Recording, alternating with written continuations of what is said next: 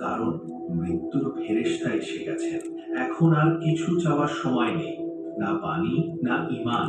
শুধু দেখা হবে আপনি কি নিয়ে এসেছেন আর কাকে প্রভু মেনে এসেছেন। ইবলিস চলে যাওয়ার পর ঘরটা আর আগের মতো থাকে না।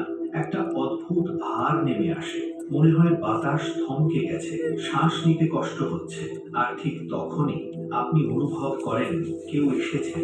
তিনি কথা বলেন না, হাঁটেনও না, শুধু সামনে এসে দাঁড়ান। এই উপস্থিতির সামনে কোনো অভিনয় চলে না, কোনো অজুহাত টেকে না। এবার শুরু হয় আসল হিসাব।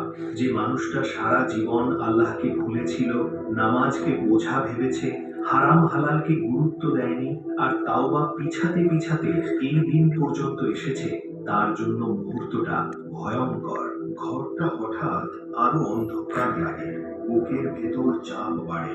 তারপর শোনা যায় একটা কঠিন কণ্ঠ, হে অপবিত্র আত্মা, বের হয়ে এসো। এই ডাক শোনা মাত্র আত্মা শরীর ছাড়তে চায় না। সে লড়াই করে, আঁকড়ে ধরে থাকে। মনে হয় রগের ভেতর কেউ টান দিচ্ছে। আত্মা বের হয় এমন ভাবে যেন ভেজা ফসলের ভেতর থেকে কাঁটাযুক্ত ডাল টেনে বের করা হচ্ছে।